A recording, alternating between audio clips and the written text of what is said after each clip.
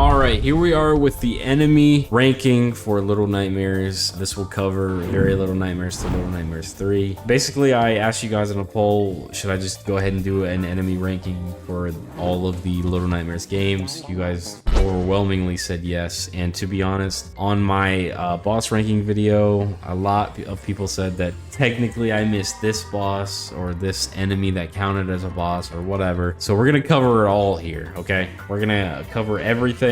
If I forgot an enemy, I'm sorry. I'm using the wiki, so I listed all the enemies on here that were from the wiki, and I added my own that I think even the wiki maybe had missed. That doesn't count as an enemy or anything like that, but yeah. Hope you guys like the list. Remember, this is my opinion. Feel free to have your own. Let me know in the comments what you guys think, and yeah, if you guys like Little Nightmares or scary games in general, like and subscribe. And to be honest with y'all, the views on the ranking videos do the best, so as long as y'all enjoy it, we'll rank every time a character slips and falls if y'all enjoy it that much. Even my boss placements, I switched a couple of them around, so stay tuned for that. I did change that because playing the games recently, from doing the Hearts of the Core achievement and just playing them all again, I do feel differently about some of them, so yeah, stay tuned for that. Let's get right into it. So we're gonna kind of go through some of these quickly, the beginning ones, because the beginning ones are kind of very fodder ass enemies, like the Beatles, for instance. The Beatles, you fight them once in Necropolis and they're just, that's kind of it. They just kind of take, honestly, this is a tutorial enemy. Just use Lowe's bow and then the wrench or whatever, and just kind of like an introduction. It was in the demo.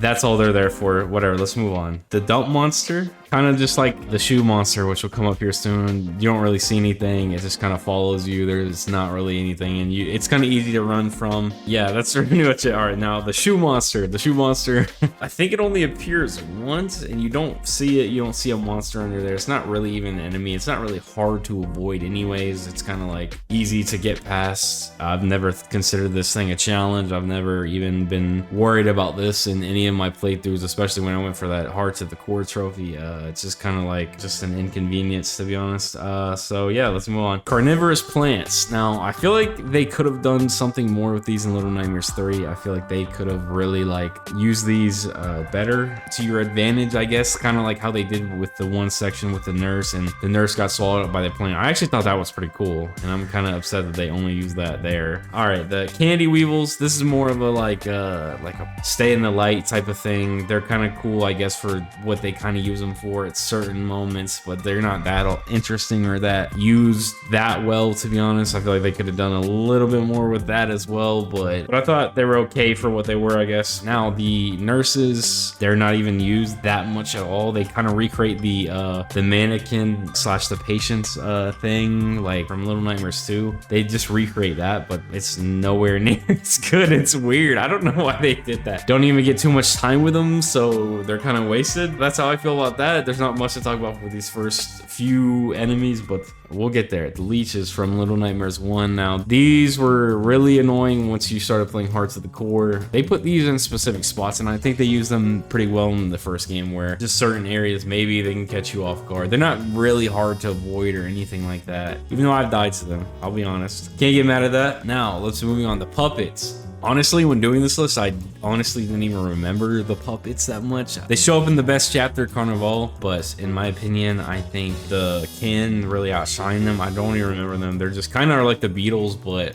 I guess have more personality because they match the theme of the level. So now next I've got the Eye. The Eye I've kind of liked. I kind of found it way creepier than enemies on before the list. I don't know why, I just found it way creepier, and it doesn't appear much, I will say that, but I feel like they do use them at certain moments that are pretty good. I like the environmental storytelling with the Eye, where there's always like frozen victims of the Eye and stuff just frozen, and you have to use stuff to hide behind. I think that that's cool. But yeah, now we get on to our first boss, which is the Pretender. Now, if you guys watched the boss video, I said they didn't really do much, and yeah, that's kind of where it is. I don't think that they did much with this character at all, just for the final chase. Nobody really disagreed with me when I made that video, to be honest, so I guess, hey, she ain't that good, I guess. I don't know, but yeah, I just didn't really find her interesting at the end of the game, and I found her kind of outshined by the Butler. Yeah, the Pretender is so literal. Oh, she pretends to blend in with the children and dress up with the children and all that. but she dives into the water after the raincoat girl, whatever she's called, and then that's it. Now I will say the herd. Now the herd, y'all might be surprised that the herd is at least this high, but the herd appears in 2 levels actually. They appear in the candy factory, which they're not even really used in the candy factory at all, except for kind of like backdrop. But the carnival, you actually have to use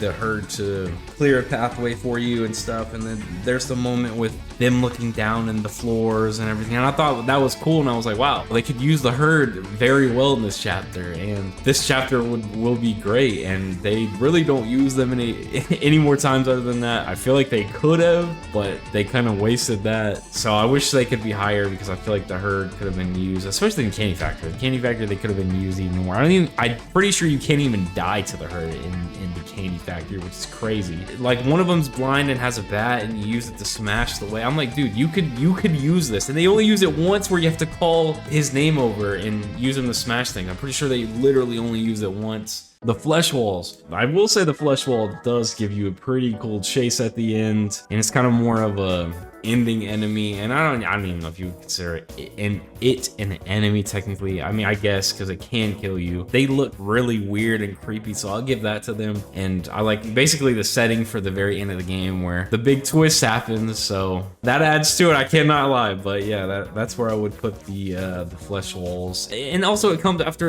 I'm pretty sure the 6th fight. I guess it kind of gets overshadowed by that, so that's why I would put it this low as well. But the craftsman, basically with the craftsman, you don't get a proper boss fight or a proper chase with him. He kind of just shows up in random rooms, and he can take you out, so you do have to avoid him, which I like. His lore, I think, is more interesting than actually the character himself, I guess, in his story, because you don't get to fight him or anything like that, which was pretty disappointing. But then again, it's a mobile game, so I can't counter that, or I can't say too much about that. But yeah, let's go right into the next one, which is the giant baby. You guys know how I feel about Necropolis, the first chapter of Little Nightmares. It is the worst chapter. The little baby, you would think, adds to it. It really doesn't. The little baby does not. I said the little baby.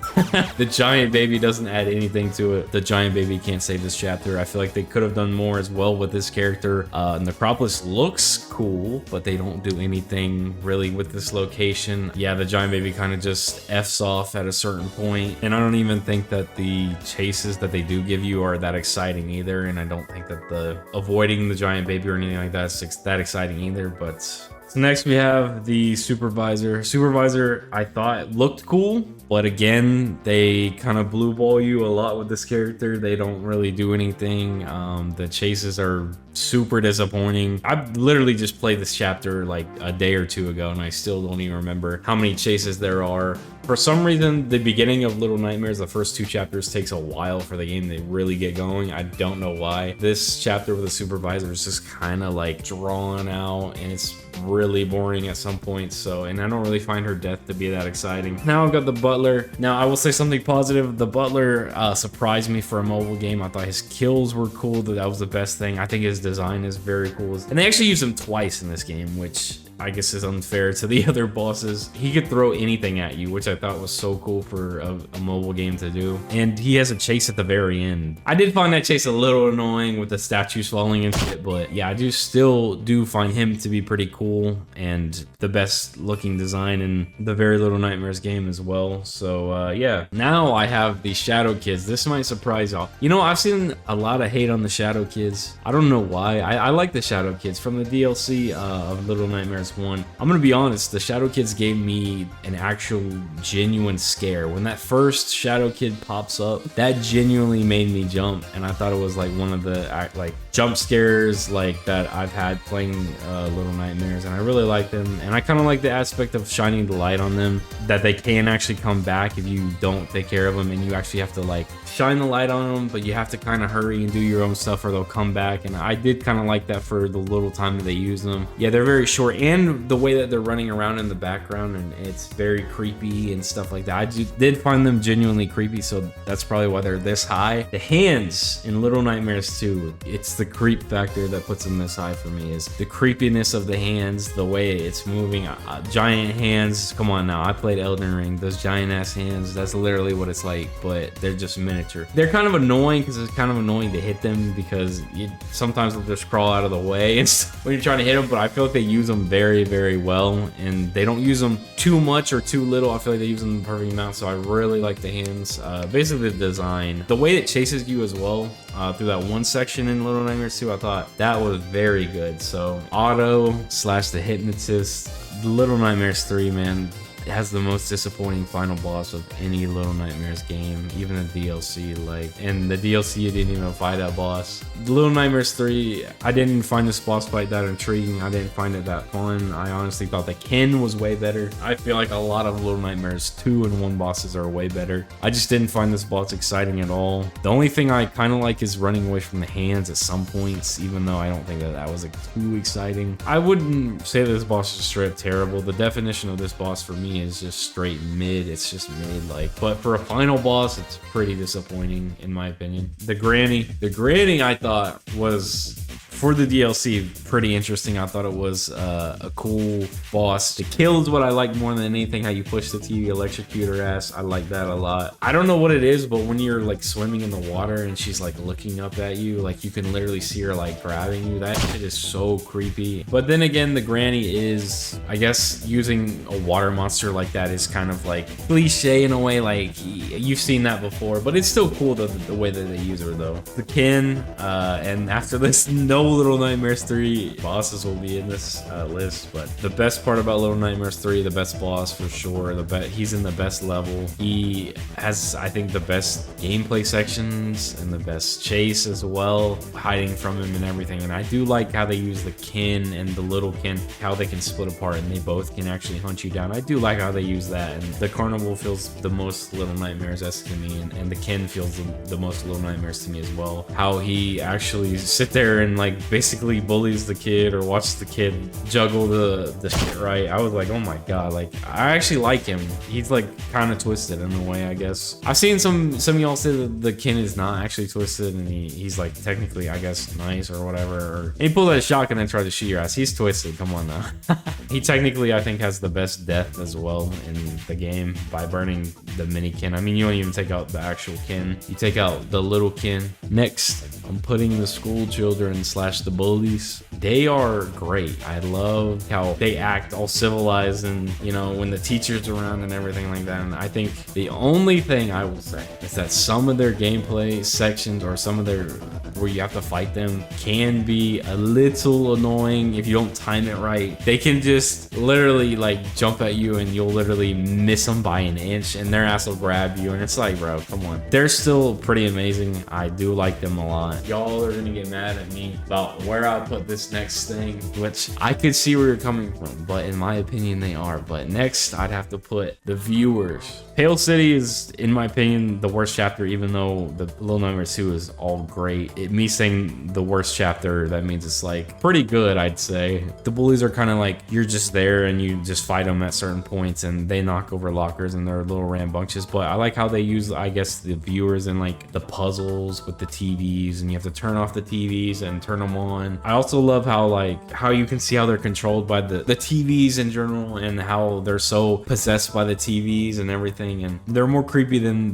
the bullies, which I like. And the chase as well. The chase with them, you don't technically, I guess, get a chase with the bullies. So that's why I kind of like the viewers a little bit more than the bullies. The doctor I thought was cool, and he's in the second best chapter in my opinion. But for me, he is the worst boss in Little Nightmares 2, and not to say he's bad at all. He's not bad at all, so don't think that. But didn't find him as interesting as, I guess, you know, anything else in Little Nightmares 2. His most memorable part is when he gets burned in the furnace, and apparently y'all told me that he doesn't even have to get burned. You can just lock him in there, which I think is cool. And the chase with him is fine. It's not even bad when I say stuff like that, because the chapter is still great. But I do also feel like he gets outshined by the enemy in the chapter, which is actually next on the list. So the mannequins / patients that he actually works on, I feel like are better than him. Now, maybe I'm a little biased because I think when games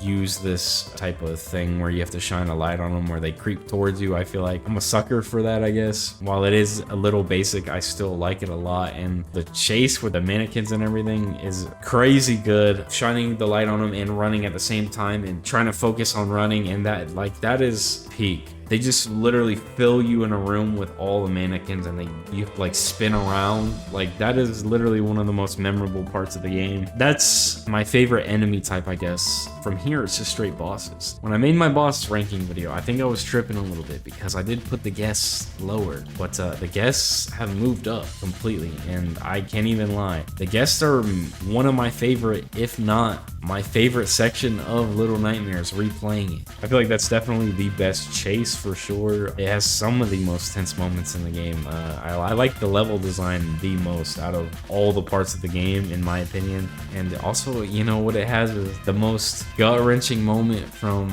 the first game where she eats the gnome as well. So yeah, that's why the guests are higher. They have a lot of stuff. I feel like the lore as well with them is very interesting, how they just kind of walk on the boat and they just eat. And I really think they use them in a cool way, in a really disturbing way, where they keep crawling over each other and they knock stuff over and they like are so grotesque. Yeah, they moved up the list. Now, y'all thought it was gonna be straight the same from the boss ranking. No. Now I have the Hunter. The Hunter, he's part of one of the best intros of video games that I've played. The taxidermy, he's kind of like a taxidermist, kind of in the stuffed people and everything or whatever. He is the best kill out of all the games. I do not care. Taking out with the shotgun is one of the best things ever. He has one of the best levels. I like the forest. It's very like dark and ominous, and I like that a lot. It's one of my favorite environments or levels. You meet Six in this level. We hate Six, and I think his design is very cool as well. The lantern and shotgun combo is unbeatable. Now we're on to the next one, which is Monster 6. Cool looking design. The way they make Six look so monstrous and like lanky and like weird. That was very interesting. This is the most actual boss fight, I guess, like an actual boss fight, but I do like how they use the call feature, which to me is a useless feature until that part of the game. You know what I mean? Like they use a useless feature, but they actually use it for a boss fight, which I think is cool. I do like how the story implications of she's trying to like fight herself to not hurt Mono, but then, and I know you guys are gonna say, oh well, Mono looks like the bad guy because he's destroying her. The only thing she cared about, yada yada yada yada yada. Yeah, I mean that's really all I have to say. I think the chase even with her is cool. I mean, even though that's very short-lived, but the teleportation portal walls, whatever, doors, whatever you want to say, I feel like the way they use that is very cool as well in the tower, and I like that. Another boss that got switched was the lady. And now replaying Little Nightmares, I do really like the ending boss fight with her. I really like that a lot, and I like the extra like lore bits that they give at the end of the DLC. But replaying her chapter is really short. You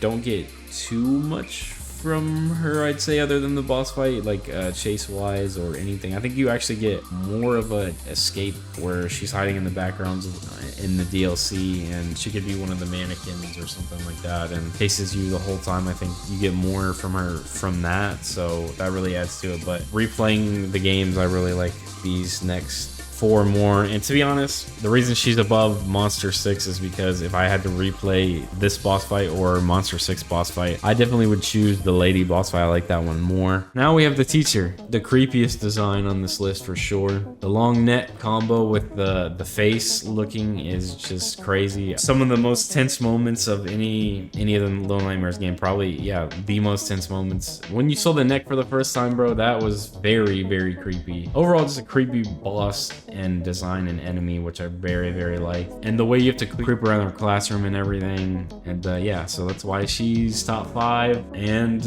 now we have the janitor. Now I've seen a lot of people say the janitor is the best. To me, the janitor is not the best. I see why you had like a blind enemy for Little Nightmares is one of the most interesting enemies that you can make. The way that they use them in the DLC as well, his lore as well, with the puts the kids in the bag, I guess, with the prize in the bag, but he puts the kids in the bag or whatever and then sends them up to the kitchen. Like his lore is cool, and I know technically there's like more theories about like he technically doesn't want to hurt him, whatever, in the library section as well. And I like how you use the TV against him. I think he has like, they use him in a very smart way for a very first like boss or enemy or whatever. He's used very well, and they knew exactly what they were doing. But I have to put the twin chefs next. Damn, I take back what I said. The creepiest design either might be the teacher or the twin chefs. I don't know. Yeah, the twin chefs, I can't lie, there's 2 of them. That's already double points. Like I said, my favorite part is the twist. Honestly, when I did the Heart of the Core trophy, this chapter did not kill me at all, and it's one of my favorite chapters. I do like the sneaking around, the dishes and everything. Even though they can't see for shit, they look under a table and they look straight at you and they do not see you, bro. That happened to me so many times, but I do like their design a lot. I do, and their chase too, bro. Their chase is very good. That chase to this day is one of the most tense moments because literally that hook grab, y'all know what I'm talking about. When you have to grab that hook at the very end, that still gets me to this day, bro, because literally doing Heart of the Core, bro, you don't know if they're close enough to grab you or not. So yeah, you guys already knew. Number 1, the Thin Man. Thin Man is the best enemy. I feel like he has the most aura, one of the most cinematic boss fights, I guess you could say. He is one of the, I feel like, most scariest, especially when he pops up, because they can't really do nothing to him. Okay, guys, this is where I'm gonna pull.